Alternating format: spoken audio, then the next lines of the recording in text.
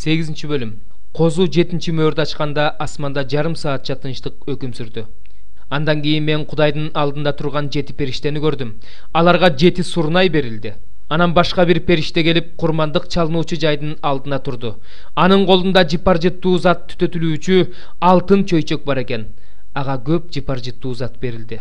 Анткени ал аны бардык ыйыктардын сыйынуулары менен бирге тактынын алдында турган алтындан жасалган курмандык чалынуучу жайдын үстүнө коюшу керек эле.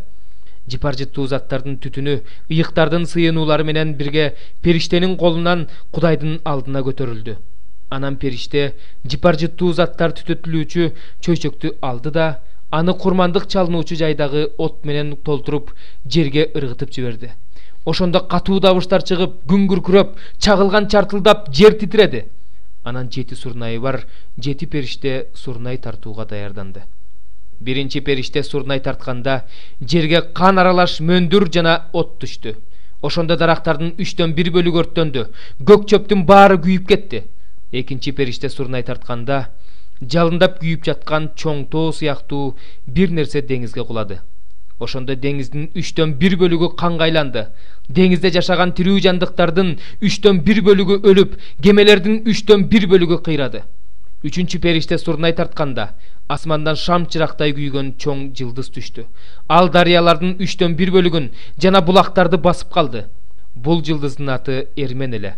Ошондо суунун 3/1 бөлүгү уулуу болуп калды. Бул суудан көп адамдар өлүштү, анткени суу ачуу болуп калган эле.